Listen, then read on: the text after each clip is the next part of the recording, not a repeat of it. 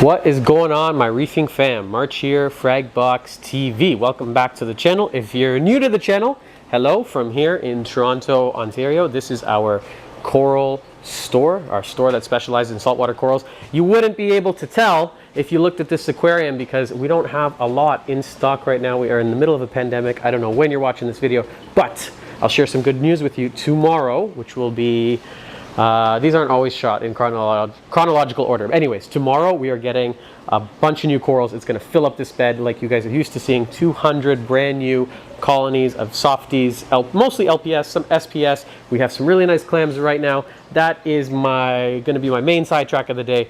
What I want to talk to you today about is our mixed reef here in the store. This is what we call our display tank. If you've seen the channel before, then you know what you need to know about this tank. I'm not going to get into the history of the tank, but I'll just quickly say we killed everything a few months ago and link that video in the description. It's looking really good right now. So now that everything's looking really good, me in my crazy self, what I need to do is start to mess things up because I can't just sit back and relax and enjoy it. It is looking pretty good, right? Can I get a thumbs up? Maybe comments below. What do you guys think? With the exception of these acans, they look a little deflated right now. I'd like to see them a little bit more puffy, like this one over here. You see this orange one? Very good sign. They're so inflated, they're almost inside out. It could be that this Sinarina is touching this one, or that they're getting shaded because the hammer coral and the leather have all grown in really well. Other than that, tank's looking really good. So what I need to do, like I said, is go ahead and mess it up. I just realized I haven't added this in a while. I have a very messed up way of dosing on this system. I don't really measure. Do not do like me. Measure. Whatever it says in the bottle, go ahead and measure.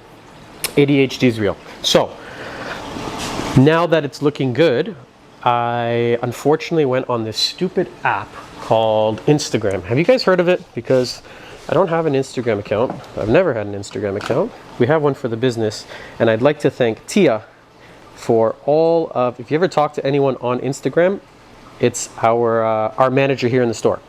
Anyways, she shows me a tank of this Peninsula. I got to get her to show me it again because that's where my inspiration came from. This Peninsula tank was, wow, incredible. The rock work, I thought I did a half decent job on this. I saw this photo, I'm like, crap, this is the way it's supposed to be done. So I'm very happy with this rock over here. I'm not so happy with this rock. So I'm going to slowly start pulling the corals out, and I'm just going to rescape it because now that I've seen that photo, I can't get it out of my head, and I can't help but just see a big of rock off to the right. This one, I like the layers a little bit more. I think it gets the Tia's rockscaping stamp of approval on the left. I cannot say the same about the right, and it has created this itch that I cannot scratch, and we're gonna mix it up. You know what? It's okay to take things apart. We're gonna break it down a little bit. Sometimes you need to break some eggs to make an omelet, and I'm hungry, so we're gonna make an omelet. How are we gonna do it? Very slowly. Slowly, because I don't wanna disrupt the tank. And the rock in the tank is basically the filter. The live rock will filter the waste of our beautiful fish here and turn it from toxic ammonia into nitrate. And that's a large portion of the filter. So I don't want to disturb the aquarium. I don't want to disturb the filter. At the same time, I'm taking a large portion of it out. So I'll document as I do it. I'm going to go piece by piece. I'm going to slowly start taking corals out, maybe selling a few off. If there's something you like on this tank and you're local, come pick it up, or we can frag it for you. And then I'm going to slowly start to add rock. So I'm going to take some fresh new, I like this stuff. This is my favorite actually. The Marco, the flat, Stacks, sorry. Rather, this is Stacks from Two Little Fishies. Thank you, Julian Sprung. This is my favorite rock to scape a tank with. Super easy to make, very cool and unique structures. Like I'm talking really easy. And very easy to place corals and make kind of plateaus. So I'm gonna use that to kind of scape it out this way. And I'm gonna do my best not to disturb the tank. So I'm gonna put the rock in the sump, let it become live, carefully watch the phosphates to make sure I'm not leaching phosphates out of the rock because I'm gonna add like 40, 50 new pounds. And then I'm gonna slowly start to take each one out and then create the new structure from there. Torch corals, they look pretty good. Again with this one, you know what? The exception, the tank is a little bit clean. I've started dosing ESV nitrates on the Neptune Apex doser. I'm up to 20 mils a day, and it's still really clean. It's still showing basically undetectable levels of nitrate when I use the Salifert test kit. Hello, Mr. Fishy. I forgot you were even in here. So I would really like to see these just a little bit more plump. I know they look, I think they look good on camera from your end there. They're waving and they're doing exactly what torch corals are supposed to be doing, but I'm just used to seeing them a little more oomph. Even though, yeah, it's not a very scientific term. I'm looking for more oomph out of them, and I think it's the water is too clean and they could use a little bit more nutrients. This is an interesting little section of the tank over here. This is my Gonipora, Alvipora flowerpot garden, and this coral right here, that one right there, probably gets more attention than any other coral in the tank. It is bleached. You know what? I think this would be a good segment to go out and get my macro lens so I can give it some really nice and close-up love with the macro lens. Let me go and grab that. Testing, testing, 1, 2, 3. Okay, now we're talking. We're gonna get up close and personal. Okay, there we go. It used to be a kind of greenish blue. It's on the bottom. It's really low, so it's about as close as you can get to the bottom of the tank. It's about an inch off the sand bed here, and 18 inches, 17 inches underwater, but it's still managed to bleach. So it should look like this, nice, deep, rich color. This is a great example of a healthy flowerpot coral. I always get confused. I think it's 12 tentacle is Alveopora and 24 is Gonipora. So I think this is a Goni, and then this would be an Alvi right here in front. Yeah, I think I'm right. And I know somebody's gonna correct me in the comments, and I will go ahead and say thank you in advance. So it's bleached, but it gets a lot of love, a lot of attention. People want it. It's not a normal color, and it's been like this for quite a few months now. It's usually more extended than this. So I don't know, can a coral be bleached and healthy? Does that make any sense? Can it grow and it just drops its bacteria or zooanthely and still survive? I guess time will tell. I'm gonna leave it there and see how long it's gonna remain like that. Have to start pruning back something here because this is actually blue. The camera never picks up the true color of the coral. This is a blue hammer coral. I think it's coming through purpley brown, but it's stinging the crap out of my Christmas Monty right here. If I can zoom in, that is the definition of coral warfare. And as the tank gets older and older, it becomes more and more common. Corals do not stop growing. They do not have an off switch. So once they're happy, they begin to grow. And it's okay if they grow into each other like this, if they're from the same family. These are Euphyllia, these are hammer. Actually, I think Euphyllia has been reclassified as something else. I'm gonna keep calling them Euphyllia. I'm sorry for you guys who really want the Latin names. But you see, this is a hammer and a hammer touching, no issue. And then these two are also touching.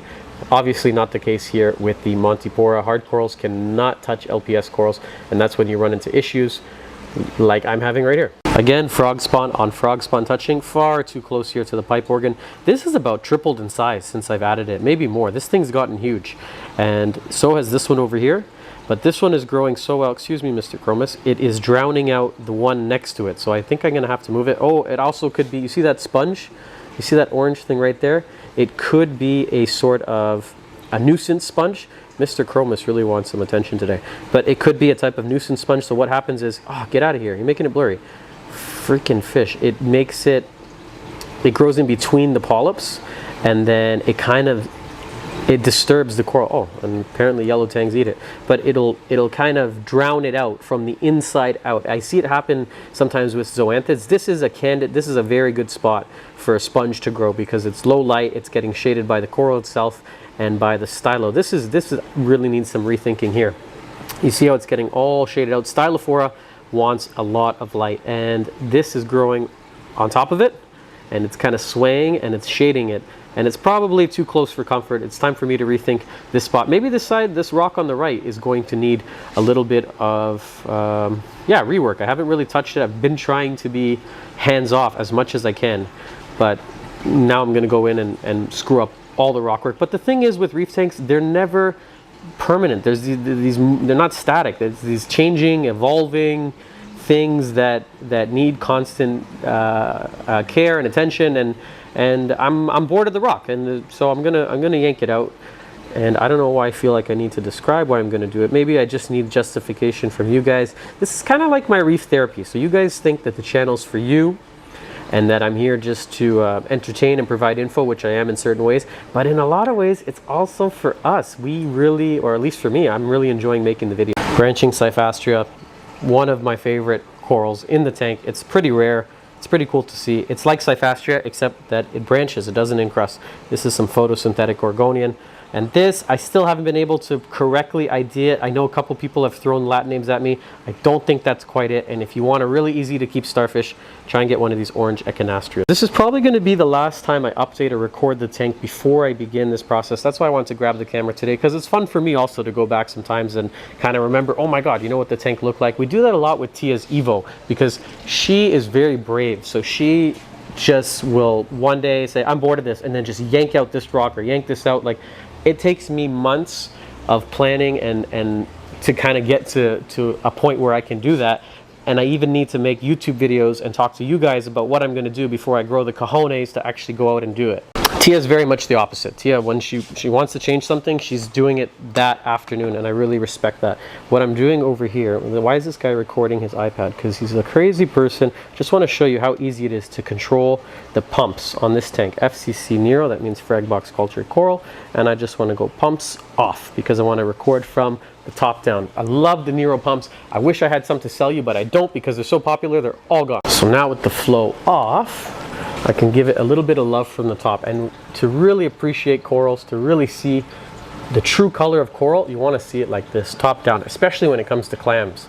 Clams are like different animals from the top and from the side. The torches are looking bomb. I'm so happy with these Aqua Illumination Hydra 32s. I can't say enough good things about them. I just shot a video about why I prefer them over the Ecotech Radions. You can check that one out shortly. I'm not sure when we're going to release it, but torch corals are just loving the LED light.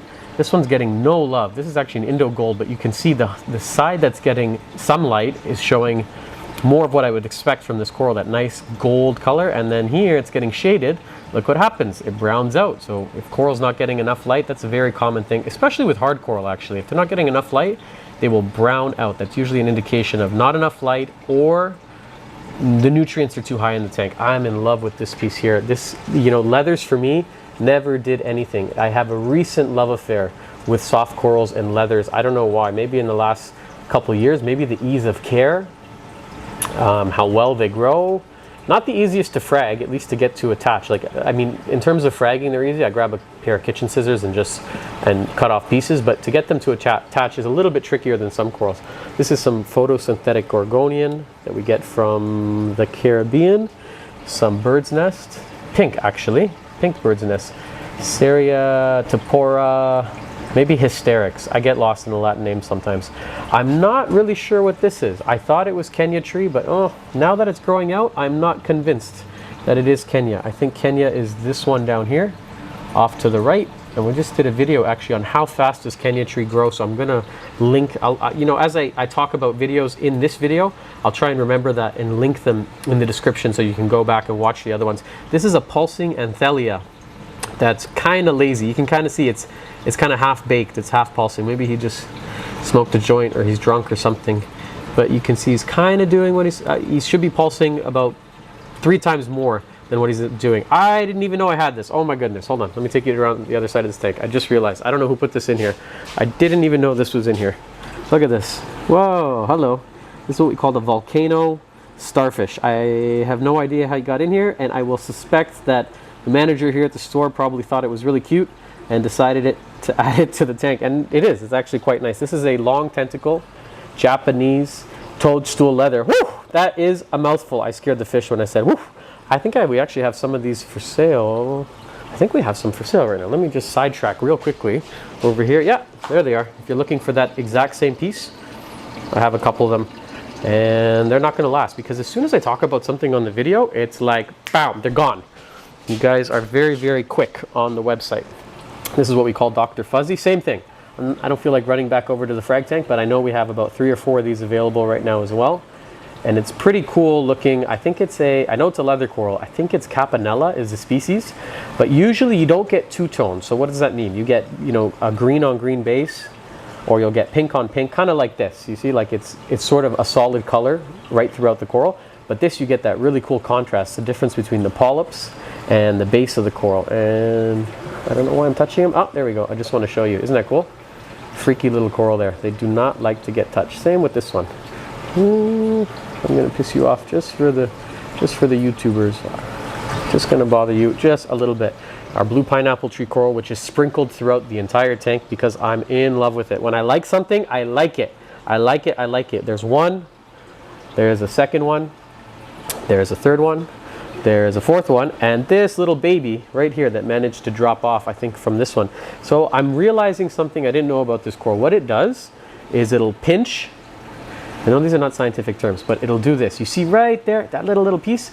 It'll kind of pinch itself, and then it'll drop a baby from there. It'll like self-propagate. It'll self-frag. And if you saw that other video, we had a cool turbo snail that had one of these on its head, and I couldn't understand how it did that. Now I finally get it. It's right there. That's how they're doing it. Same thing with Duncan coral. I love Duncan coral, and when I like it, I like it. There's a bunch. And here's another one, and here's another one. I love watching them eat. They're a lot of fun to feed. Very active coral.